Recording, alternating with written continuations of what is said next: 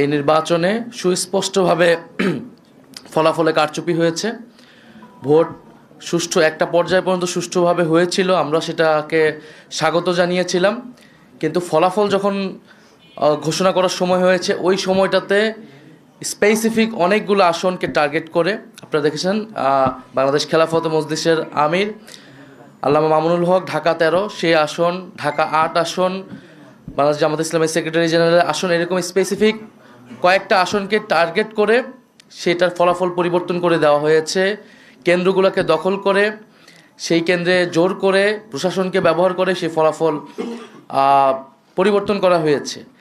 এখন যেই প্ল্যানের কথা আমরা শুনেছি, আমরা সেই প্ল্যানের একটা বাস্তবায়ন বা সেই প্ল্যানের একটা স্বরূপ কিন্তু এই নির্বাচনে আমরা দেখতে পাচ্ছি।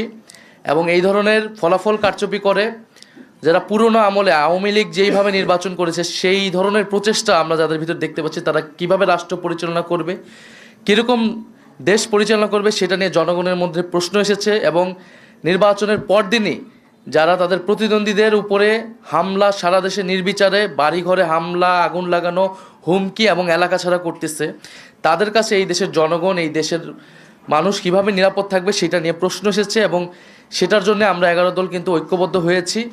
এবং ডক্টর শফিকুর রহমান বলেছেন স্পষ্টভাবে যে এটার জন্য রাজপথে নামার প্রয়োজন হলে আমরা সেটার প্রস্তুতি নিচ্ছি। কারণ এই দেশের মানুষকে, যারা 11 দলের পক্ষে নির্বাচনে কাজ করেছে, নেতাকর্মী সমর্থক, তাদেরকে হেফাজত করা, তাদেরকে রক্ষা করার দায়িত্ব আমাদের।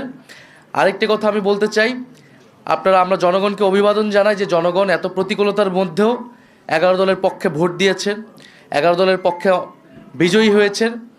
অনেকেই অনেক কারচুপি করে তাদের বিজয় আটকানো যায়নি।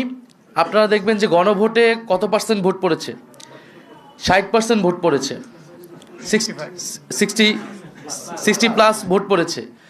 এই নির্বাচনে কিন্তু কিছু সুস্পষ্ট দুইটা পক্ষ ছিল, একটা সংস্কারের পক্ষ, পরিবর্তনের পক্ষ, যারা সংস্কার চায়, গণতন্ত্র চায়, চাঁদাবাজি বন্ধ করতে চায়, দুর্নীতি লুটপাটের বন্ধ করতে চায়, বিচার এবং সংস্কার চায়, আধিপত্য তো বিরোধিতা চায়। আরেকটি পক্ষ যারা পুরনো বন্দোবস্ত, পুরনো রাজনীতিকে প্রতিনিধিত্ব করেছে, যারা 72-এর সংবিধানকে চেয়েছে, যারা পুরনো যত ধরনের রাজনীতি আছে, যারা ঋণ খেলাপিদেরকে প্রশ্রয় দিয়েছে, যারা লুটপাট দুর্নীতি, সেই একই রাজনীতি করতে চায়। ফলে জনগণ ব্যাপকভাবে যেই 60%-এর বেশি, 60+ সংস্কারের পক্ষে তারা ভোট দিয়েছে, সেই একই জনগণ কিন্তু 11 দলের পক্ষেও ভোট দিয়েছে। কিন্তু শেষ মুহূর্তে এই 10%-এর মতো ভোট কিন্তু কারচুপি করা হয়েছে, ফলাফলে কারচুপি করা হয়েছে। না হলে এই পুরো ভোটটাই 11 দলের পক্ষেই আসতো। শেষ মুহূর্তে 11 দলের অনেক গুরুত্বপূর্ণ নেতাকে এবং প্রার্থীকে হারিয়ে দিয়ে ক্ষমতা নিয়ে নেওয়ার চেষ্টা করেছে।